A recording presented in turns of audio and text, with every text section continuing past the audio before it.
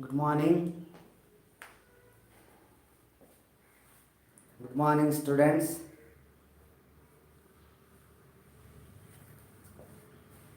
I think screen is not there. It's like some 3D image type. All of you can see me properly? No. No, also that 3D type effect is there. All of you can see?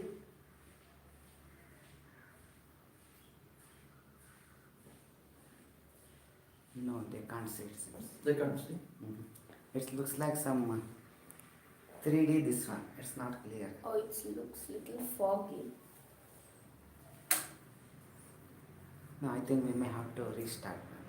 There may be network issue. This Wear is my mobile? glasses. Okay, yeah, it's blur. We know. We will do something. Don't worry. These two pens are good ones. I'll get my Open glasses. that probably. Open that. Open that. We'll see. I'll keep it here. Yes. Open that. Full. What? Full light. Yeah, open it. We'll see. Now we'll see. Sometimes. I'll get my other phone. It's network issue, sir. Now also you can see. Same problem. I'm not clear. 1 minute. We will sort it out. You be here only. Fine. Give us 2 minutes. Same link. Can I open here? Yes, sir.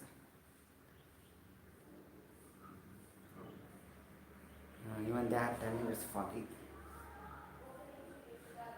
Yeah. So 1 minute. We are changing the network. Huh? What? My phone is here in my hand only.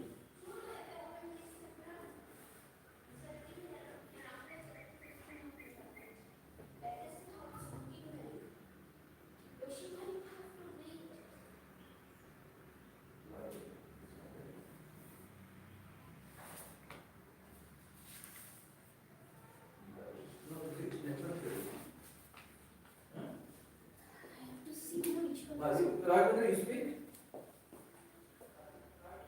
Hello? Wait for a few minutes.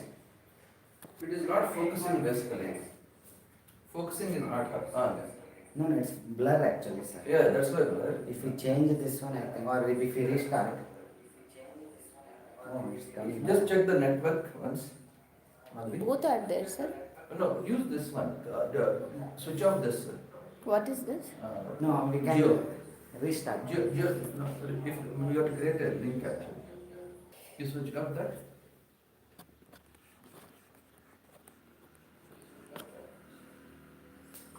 I think it's clear. Yes. 1 minute. Now it's over. Let it be, Raghavendra. That is okay. That was good. Okay, yeah, now it's fine. Go ahead. No. I think previous thing was good. Open it. It's audible, sir. Yeah. Okay. Now all of you can see me, right? Just send the message fast. Yes. Yes or no. Yes. Good. And close this. See here. Yeah. Close this.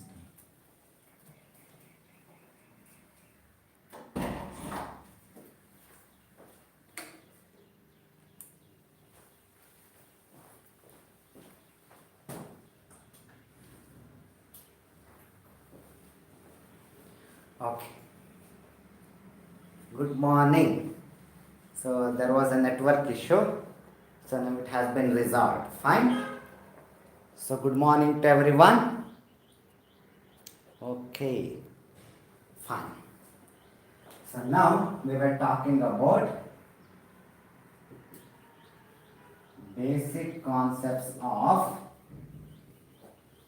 chemistry. Fine. Now, here I will make it very clear for some of the students. Okay, for some of the students, especially batch 2.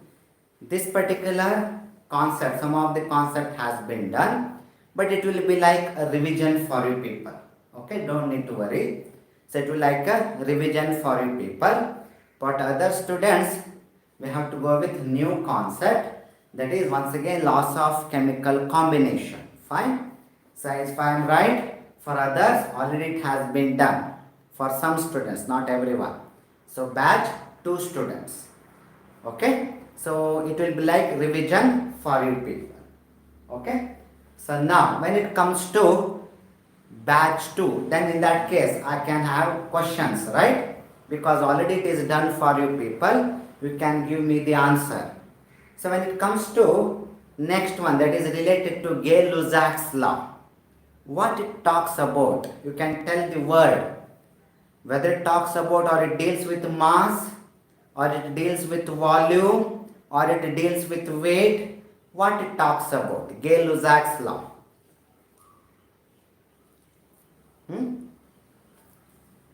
For batch 2 students I am talking about. Already it has been done for you people. Tell me what? Okay, Sneha. Okay, very good. Gas. So if gas is there, then you should talk about volume or mass.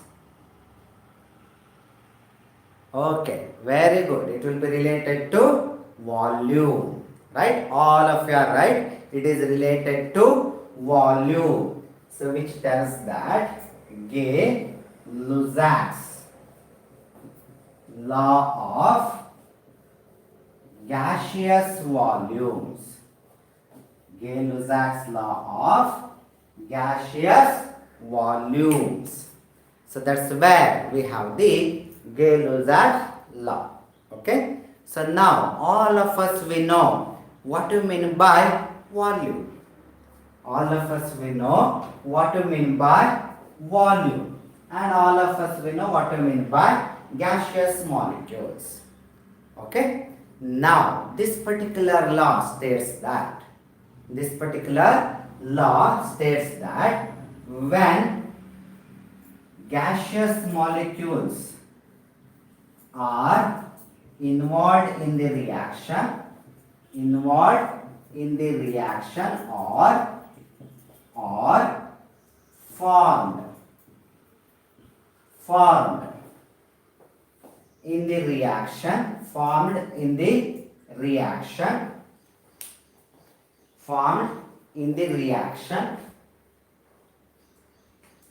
or formed in the reaction, will be with simple whole number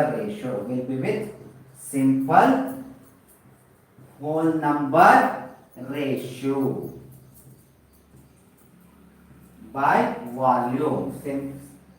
Simple whole number ratio by volume.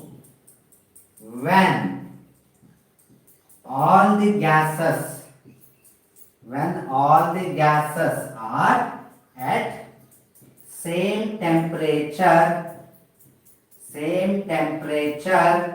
and pressure. Fine. All of you have understood? So that's what Gay-Lussac's law of gaseous volumes talks about. So now in all the other cases we were talking about mass. Now you might be having question, means especially students will be thinking, sir, normally you used to talk about previous class one, then you used to go for today's one. But today I have skipped for previous one because even other students are there, which is already done for them. Okay. So if you go back to the previous class, we have done with the mass, that is law of definite proportion. Joseph Proust, right? Put forwarded by Joseph Proust. Law of definite proportion. When it was talking about the mass. Now when it comes to Avogadro, this one, when it comes to next one, that is related to multiple proportion. Dalton, who was put forward at that one by the Dalton, that is law of multiple proportion. There also two elements which are involved in formation of more than one compound, they will do that one in a simple whole number ratio by mass. Say for example water and hydrogen peroxide, where hydrogen and oxygens are common. But hydrogen will remain same with respect to the mass. But when it comes to the oxygen, in water it is H2O, only one oxygen. In hydrogen peroxide it is H2O2, two oxygen. So that means they are having a ratio of 1:2 with respect to their mass. So what I mean to tell here is, in all these law of chemical combinations, we have studied about with respect to the mass. But here, this law talks about the volume, because we are dealing with the gaseous molecules. So therefore, we are talking about volume. All of you have understood? It tells that when a gaseous molecules or when a gaseous molecules are involved, when a gaseous molecules are involved in a reaction or formed during the reaction, will be with simple whole number ratio by volume. Here very important word here is by volume. Okay, and then at same temperature and pressure, this word should come. Okay, so if I see this whole sentence, it tells that it is simple whole number ratio. That means there is no question of fractions. So it's a simple whole number ratio by volume. If you simply mention it as simple whole number ratio, then it will not be appropriate. You should talk about by volume. And then you should extend when all the gaseous molecules or when all the gases are at same temperature and pressure. That one sentence you have to write same temperature and pressure, because if we have different temperature and different pressure, now gaseous molecules will have different volumes. So therefore, at the end, it should end up with when all the gases are at same temperature and pressure. So this is where we have Gay-Lussac's law of gaseous volume. If I want to go with example, I have hydrogen gaseous form, chlorine gaseous form. Please remember, hydrogen will be gas at room temperature, even chlorine will be in gaseous state at room temperature. They will form 2HCl. So what I mean to tell here is, if I take the volume, so one volume of hydrogen and one volume of chlorine, they are involved in the reaction, that is 1:1 ratio. That is 1:1 ratio, which will lead to the formation of two volumes of HCl. Because please remember, even HCl will be gaseous state at room temperature. Whatever HCl which are available in your laboratory, they are not pure HCl, they are mixed with water. They are dilute HCl, please remember. Fine? All of you have understood? So that's where we have the law of gaseous volumes. Or you can tell this one as law of definite proportion. Law of definite proportion by volume. One and all same. Law of definite proportion by volume. All of you have understood? Okay. So what I mean to tell here is, in this case, if I take this one as an example, where hydrogen and chlorine, they are in 1:1 ratio with respect to their volume. That's where with simple whole number ratio. That's what it talks about. Simple whole number ratio. All of you have understood? So that's where we have law of definite volumes. Okay. So what I mean to tell you is, if I want to have the HCl as the product, then there should be involvement of 1:1 ratio of hydrogen gas and chlorine gas. But only thing is, hydrogen and chlorine gas should be at same temperature and pressure. So that's what this particular law talks about. All of you have understood? Fine. Okay. So in that case, we will move to the next one. Okay, we will move to the next one. Next one is Avogadro's law. Next one is Avogadro's law. Okay.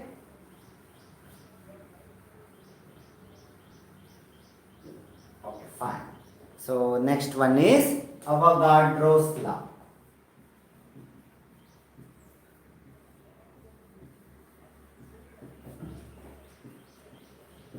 Okay.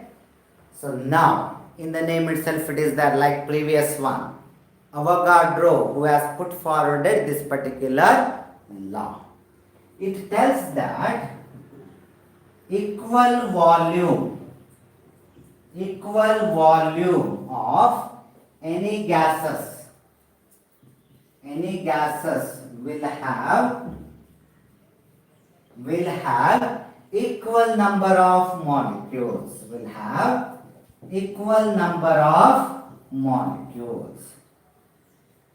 Okay, equal number of molecules at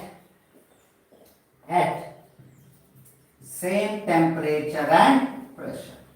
That is very important. Same temperature and pressure. Okay. So equal volume of any gases. It's not how oxygen will be. It is applicable for oxygen and it's not applicable for hydrogen. No, nothing like that. Equal volume of any gases contains equal number of molecules at same temperature and pressure. Say for example, I have hydrogen gas. Okay, I have hydrogen gas and I have HCl as a gaseous molecule. I have two gaseous molecules. It tells that if I take 1 liter of hydrogen and if I take 1 liter of HCl, in both the cases it will be having equal number of molecules.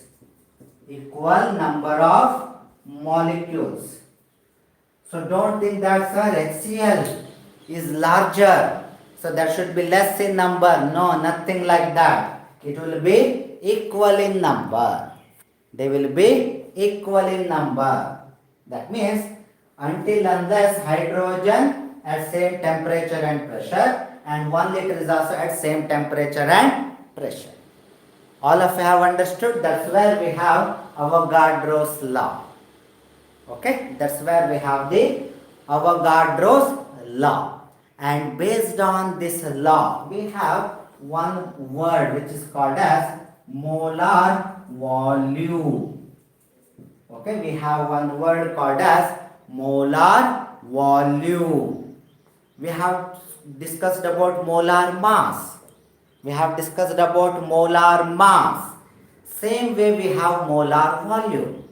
What do you mean by molar mass? It is the mass of what? What is molar mass? It is the mass of, you can just put that word. It is the mass of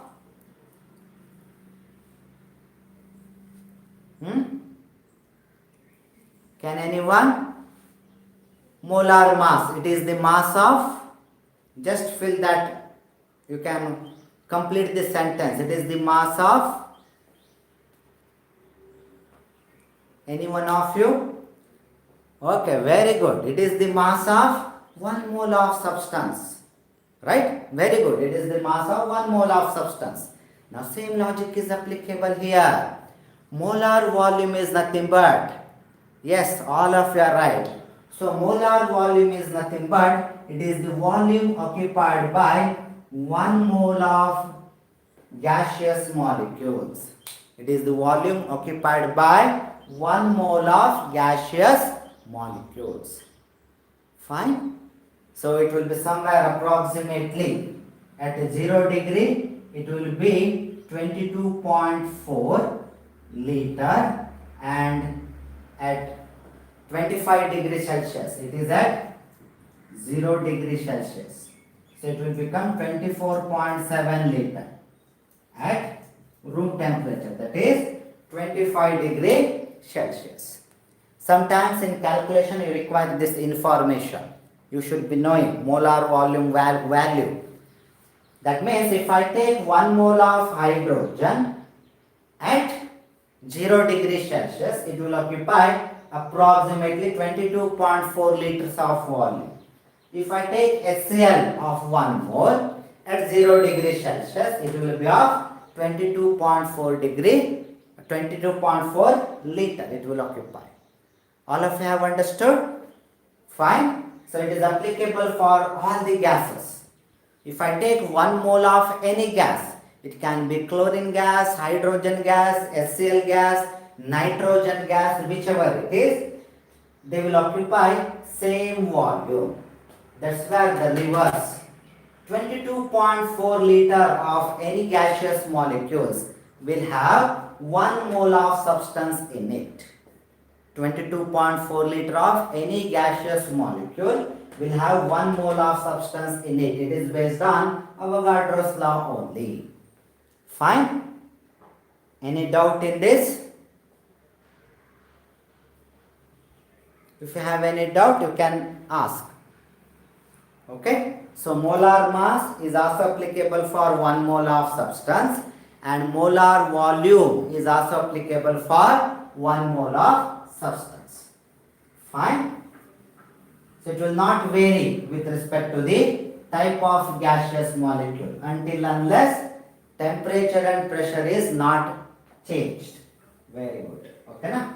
So that's where we have Avogadro's law. Now, if you observe it carefully, whatever the law of chemical combination we have discussed, all of them, they are very important. So if I go with first one, law of conservation of mass. Law of conservation of mass. Then we have discussed about law of definite proportion. Law of definite proportion. Then you can extend this one by law of definite proportion by mass. Anything is fine. Law of definite proportion by mass. Then we have discussed about law of multiple proportion. Law of multiple proportion. You can extend it as by mass. No problem. You can extend it as by mass. Law of multiple proportion. Then law of definite proportion by volume. Definite proportion by volume. Right? So this was given by Joseph Proust. This was given by Gay-Lussac. Okay na? That's where we have law of definite proportion by volume. Then we have last one as Avogadro's law. Then we have the Avogadro's law. All of them, they are nothing but laws of chemical combinations. Different laws of chemical combination. All are very important. Among these 5, any one can be asked in your examination. Okay? Fine? So that's where we have laws of chemical combination. Fine? So shall we move to the next one? Okay? So now next one, I will mention it as very, very important. So please remember, as in the beginning only I told, from this chapter you can expect somewhere around 5 marks question. Maximum 5 marks question. For your board exam I am talking about. Fine? So in that case, in that 5 marks, I am not telling that these will be definitely asked. What I mean to tell you is, these are some of the concepts on which many times they have asked the question. That's what I mean to tell. Fine? So that's where we have next one as Dalton's law. Dalton's law. Next one is with respect to the Dalton's law, or we can tell that Dalton's atomic theory. Okay, so Dalton's law, or better word is Dalton's atomic theory. That is very important. Dalton's atomic theory. Okay. Now, when I am talking about Dalton's atomic theory, now here we should write the points, some of the postulates which was given by the Dalton. So normally if it is asked, it will be asked for 3 marks. Very simple points. If you write minimum 3 points, you are going to fetch complete marks. Right? So therefore, it talks about Dalton's atomic theory. That means it deals with the atoms. It deals with the atoms. Now, first one, that is matters are formed by the, or matters are created by, matters are formed by indivisible atoms. Indivisible atoms. Matters are formed by indivisible atoms. Okay, so that's where we have the first point. Atoms are formed by indivisible atoms. That's where we have the important word, indivisible. What do you mean by that? That means it tells that atoms cannot be further divided. Now we know atoms are made up of electrons, protons, neutrons, right? That's what. But here it tells that atoms cannot be further divided. So that's where matters are formed by indivisible atoms. So that atom, word itself, it is nothing but indivisible, because atomio, which tells that indivisible. Indivisible or divisible, opposite of the divisible. Divisible means which can be divided on the meaning. So indivisible. Okay. So that's where the word atoms came. Okay. So yes, Rohan, you are right. So that's where all the matters, they are made up of atoms. That we know now. Definitely a textbook, it will be made up of cellulose, and cellulose are made up of atoms. Raghavendra sir is also made up of atoms. Whatever sweater I am wearing, that is also made up of atoms. Right? So that's where this particular statement talks about. Okay? So that's where this particular statement talks about. All of you have understood? Okay? So any doubt in that first statement?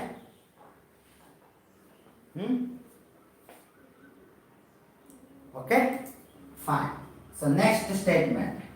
Atoms of a given element. Atoms of a given element will have, I can use not similar. Similar means there can be a variation, meaning.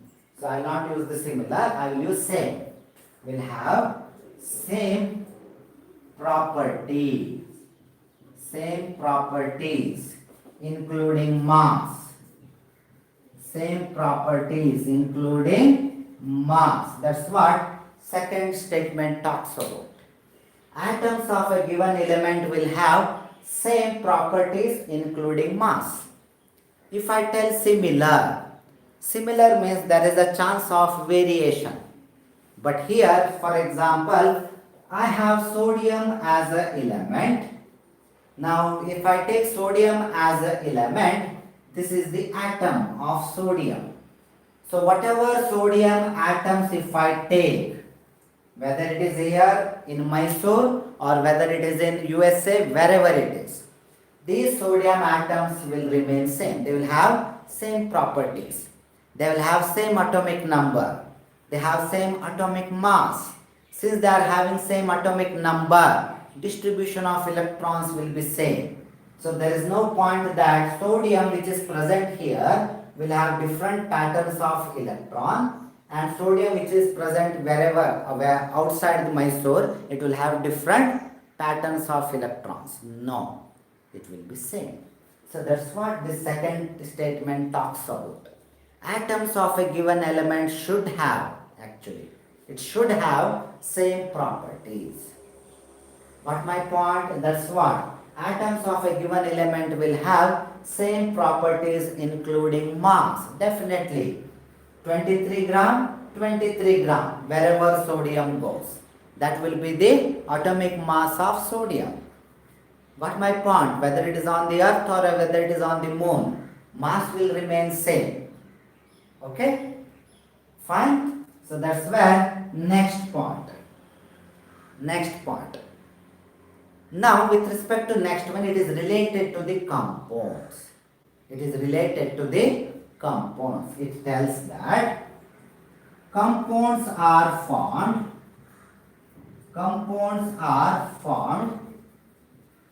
by the combination of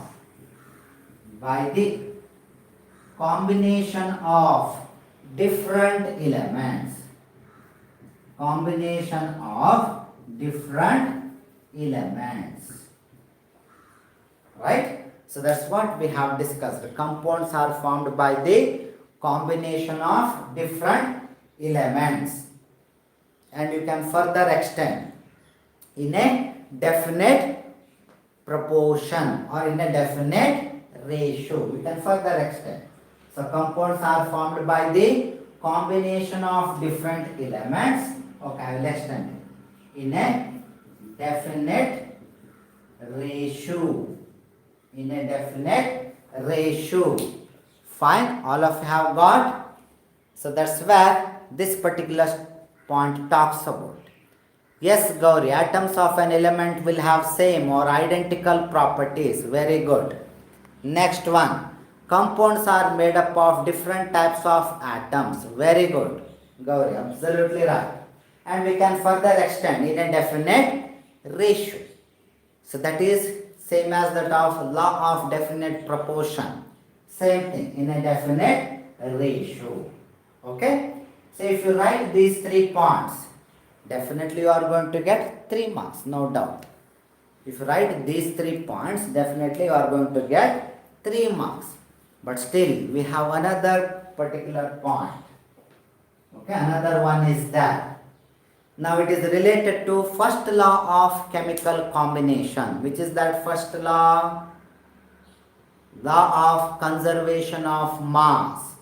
First one is law of conservation of mass, which tells that matters cannot be created nor destroyed. Same thing, last point here.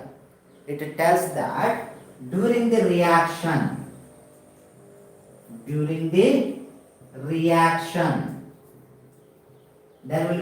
rearrangement of atoms. There will be rearrangement of atoms.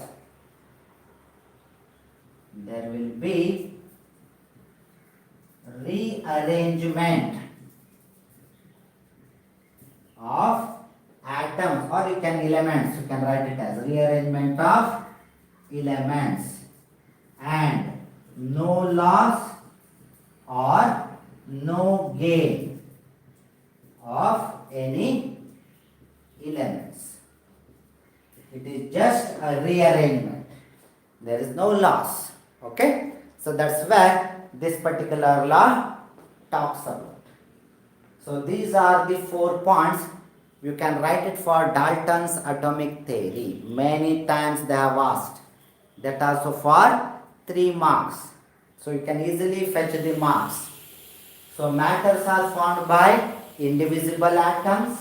That means atoms are indivisible in nature, and all these matters, they are made up of atoms. Now, atoms of a given element will have same properties, including mass, definitely. And third point, compounds are formed by combination of different elements in a definite ratio. Compounds are formed by different elements. All of us we know. Glucose is made up of carbon, hydrogen and oxygen. Water is made up of hydrogen and oxygen. Yes. Okay. Now last one, Gauri, absolutely right. So during the reaction, there will be rearrangement of elements, and there is no loss or no gain of any elements during the reaction. It is just the rearrangement. Okay. See, for example, if I go with last one, if I want to have the example for that, I have nitrogen, I have hydrogen, which will get converted into ammonia. I have to provide the condition. Anyway, we will not go with the reaction. If you observe here, we have nitrogen, hydrogen, which are getting converted into ammonia. That's where I have the balanced equation. Now, nitrogen molecule, where two nitrogen atoms are bonded to each other. Hydrogen gas, where two hydrogens are attached to each other. Ammonia, where three hydrogen are attached to nitrogen. Now, if you observe carefully, that's where, since there is no loss or no gain of elements, equation has to be balanced. That means whatever amount of hydrogen is present on the left hand side, same amount of hydrogen should be present on the right hand side. Whatever amount of nitrogen is present on the left hand side, same amount of nitrogen should be present on the right hand side. Or what I mean to tell you is, whatever amount of atoms are present on the reactant side, same amount of atoms should be present on the right hand side also. That's what it tells. So therefore we have to balance the equation. Okay. Now if you observe 2 nitrogen, 2 nitrogen. So 3 2s are 6 hydrogen, 3 2s are 6 hydrogen. Right. So there is no change in the number of hydrogen atom or number of nitrogen atom. But bonding has been shifted. Observe it carefully. Nitrogen were bonded to each other in the reactant. Hydrogen were bonded to each other in the reactant. But if you observe the product, hydrogen bonded to nitrogen, hydrogen bonded to nitrogen, hydrogen bonded to nitrogen. That means these bond will get cleaved. There will be rearrangement of the atoms. There will be rearrangement of the atoms. That's what this particular last point of Dalton's atomic theory talks about. Fine? Any doubt? If you have any doubts, you can ask. So that's where we have Dalton's atomic theory. Very important. Okay? So these 4 points can be easily written and you can get 3 to 4 marks in your exam. Minimum 3 marks question it is. Okay? Fine. So that's where we have Dalton's atomic theory. Now we will move to the next one. Next one is percent composition. Calculation of percent composition of an element in a given compound. So now when I am talking about percent composition calculation, it may not be asked directly, but it will be help you in solving some of the questions. Okay? So that's where we have the percent composition. Calculation of percent composition. Okay? Now, what do you mean by percent? What do you mean by percent? Anyone? What do you mean by percentage?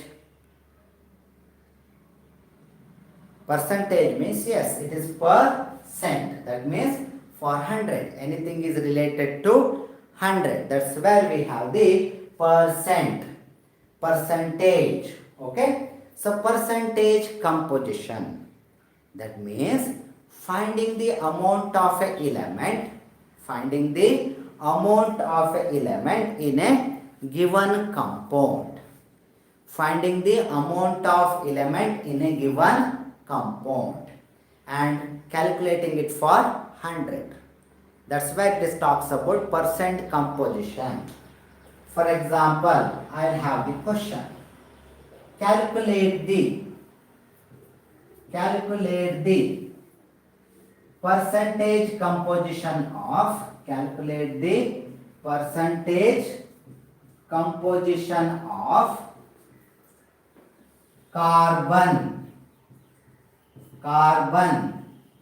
in methane. Calculate the percentage composition of carbon in methane. Can any one of you?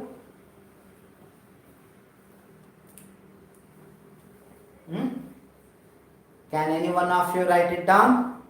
Can give the answer? Calculate the percent composition of carbon in methane. So to answer this one, first you should know what is the formula. So methane is nothing but CH4. Methane is nothing but CH4. Yes, all of you correct. Methane is nothing but, okay. Andani, something he had written, C4, okay. CH4, it is nothing but methane. Now they are asking percentage composition of carbon in methane. So for that, first you should find out molar mass or mass of methane. Molar mass of methane or simply mass of methane. How to find the molar mass of any compound? So how many carbons are there? 1 carbon. So when 1 into 12 gram plus how many hydrogens are there? 4. So 4 into 1 gram because each hydrogen will weigh 1 gram. So naturally it will be 12 gram plus 4 gram, that is nothing but 16 gram. 16 gram is the molar mass of methane. 16 gram is the molar mass of methane. Fine. So next we have to calculate for percentage composition. So when calculating percentage composition, it will be like in 16 gram how much carbon is there and how much it will be there if you have taken 100 gram. 16 gram is the molar mass of methane. For 16 gram it is 12 gram carbon is present. In 16 gram 12 gram carbon is present. How much it will be there if I take 100 gram of methane? So I will write it here. So percent composition or percentage composition of carbon. So that means molar mass of methane, that is 16 gram. For the 16 gram of methane we have 12 gram of carbon. If I take 100 gram of methane,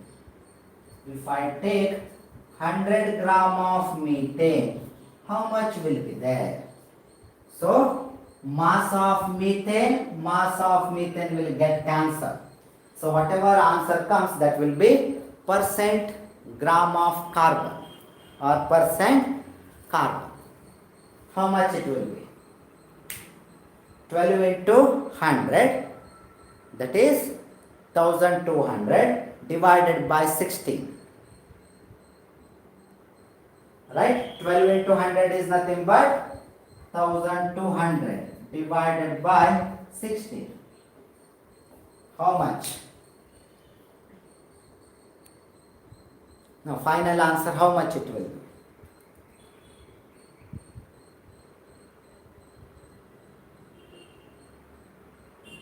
It will be 75. But don't simply write it as 75, put it as percentage. 75 percentage. So that's where we have the percent composition of carbon in methane. percentage composition of carbon in methane. All of you have understood? Any doubt? Okay. Now, in that case, if I give another one, can you solve it? Okay. All of you can solve it. I will give another one. Calculate the, write it down. Calculate the percentage composition of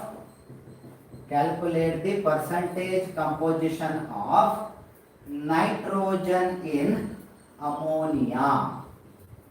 I have written formula on the nitrogen in ammonia. Find out the answer. Calculate the percent composition of nitrogen in ammonia.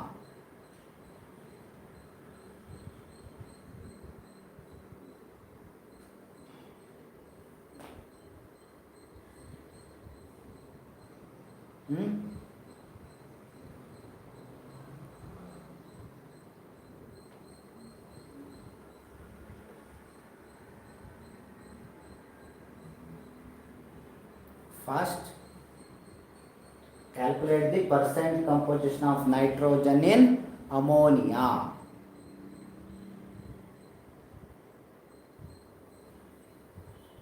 Okay.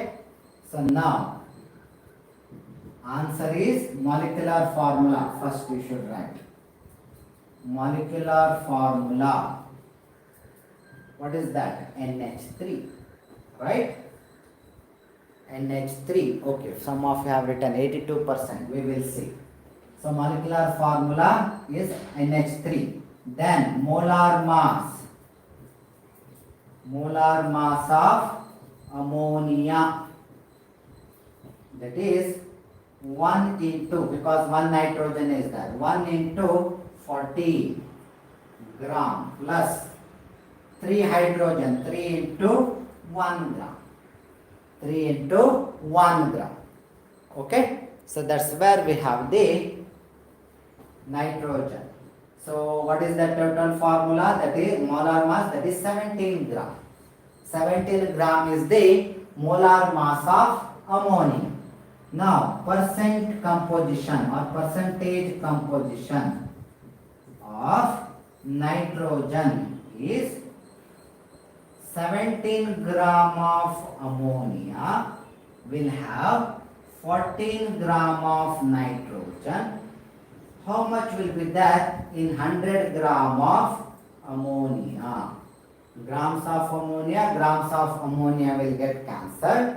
So that is 14 into 100, that is 1400 divided by 17. Okay, 1400 divided by 17. So we will go with 82.3. 82.3 percentage. We will go with 82.3 percentage. All of you have understood? Any doubt in this percent composition calculation? Just we should know what information we should know. We should know about the formula of the given compound, whatever they have asked. Next, you should know how to calculate the molar mass of any of that compound. To calculate the molar mass, what you should know? You should know the atomic mass of those elements. We should know atomic mass of those elements. If you know all these things, then you can easily calculate the percentage composition of any element in any compound. Fine? So all of you have understood? Okay. So now, next one, I can mention it as very, very important. Okay? Next one also I will mention, it is a calculation actually. So before going for calculation, we should know some of the words. Okay? It is also very, very important. It can be asked for 3 to 4 marks. So that's what you should not think, sir. You are told 5 marks will be the maximum marks from this particular question chapter, and you are telling Dalton's atomic theory has 3 to 4 marks. Then you are telling this one also for 3 to 4 marks. Then it is crossing 5, sir. How is this possible? So what I mean to tell here is total marks are 5. So in that 5 marks, any of these they can ask. That's what I mean to tell. Okay. So even this one calculation they have asked very often. Which is that calculation? That calculation is finding the molecular formula and finding the empirical formula. Now I am using another word, that is empirical formula. So before going for the calculation, we should know what you mean by empirical formula. Fine. So what do you mean by molecular formula? Molecular formula means which talks about number of atoms. It talks about number of atoms present in a given compound. Molecular formula is nothing but it talks about number of atoms present in a compound. Say for example, if I have glucose, molecular formula of glucose is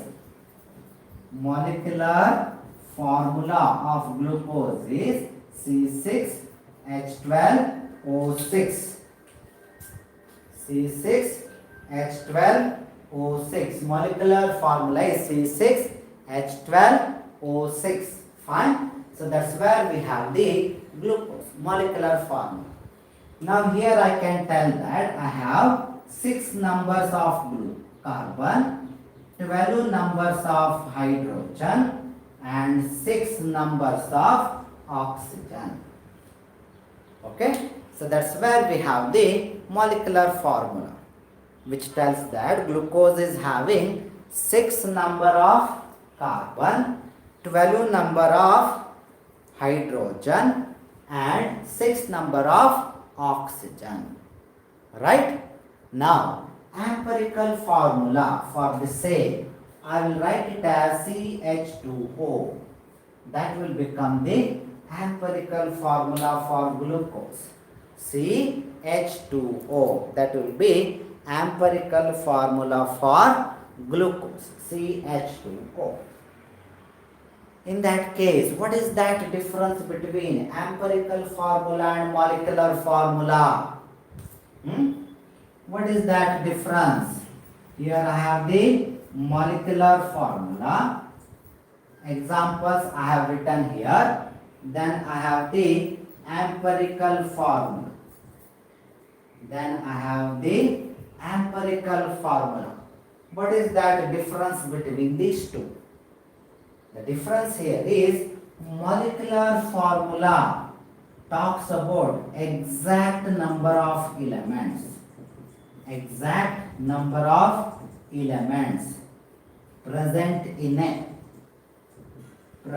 in a compound.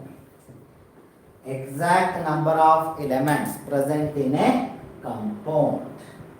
Right? So that's where it will give the information. Exactly 6 carbon, 12 hydrogen, 6 oxygen, it will give the information. But when it comes to empirical formula, it gives the ratio of the elements. Present in a compound. So that's where we have the empirical formula. It will give the ratio. Empirical formula is nothing but a simple ratio of the elements present in a compound. Okay? So therefore, when I am talking about glucose, C6H12O6, what is that ratio? Ratio is 1:2:1. But this 1:2:1 ratio can also be due to C3H6O3 also. It can be also be due to H12O6 also, like glucose, or it can be C12H24O12. Any of these will have the same ratio. All of them, even plenty of examples can be given. So all of them can have the same empirical formula. So therefore empirical formula will not give exact compound. It will just tell the ratio of the element present in that compound. Got my point? But when it comes to molecular formula, it talks about exact number of elements present in a compound. Okay? Got my point? Okay, yes, even that is also right. C11, H22, O11. That is also fine. Got my point? So all of them, they will have the same ratio. But we are talking about the glucose. So where C6H12O6. But please remember, I will make one point. Even molecular formula will not tell whether we are talking about the glucose. Because C6H12O6 can also be the formula for fructose. C6H12O6 can also be formula for mannose. They are all different carbohydrates which we are going to study in your biology in first PU and which are going to study in your chemistry in second PU. Okay, fine. But for time being, you remember that C6H12O6 is also a formula for fructose, another type of carbohydrate. So therefore, until unless I mention glucose, then only we can tell that this is the formula for glucose. Otherwise, we are not sure. So what I need to tell you is empirical formula will give the information about the ratio of the elements. Molecular formula talks about exact number of element, but structural formula is the one which talks about exact molecule. Got my point? Anyway, don't worry about structural formula, it is not there. You have only empirical and molecular formula. So that's where we have the empirical and molecular formula. So if you have understood this one properly, then in the tomorrow's class we can go with the calculation, finding the empirical and molecular formula of a given compound. Got my point? Very important one. Try to don't miss the class tomorrow.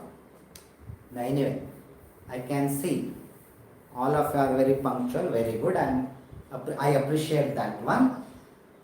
Okay, so tomorrow we will have or we will solve some of the questions related to finding the empirical and molecular formula. Okay, but for that you should understand properly what is that empirical and molecular formula.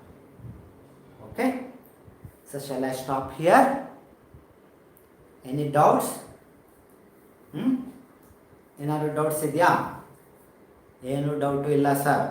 ಬೆಳಗ್ಗೆ 8 ಗಂಟೆಗೆ ಬಂದು ಮಳೆ ಹೊಡಿತೀರಾ, ಇನ್ನೇನು doubt? I was kidding. Okay, and that is a reality also. Okay, thank you very much. Take care. Bye.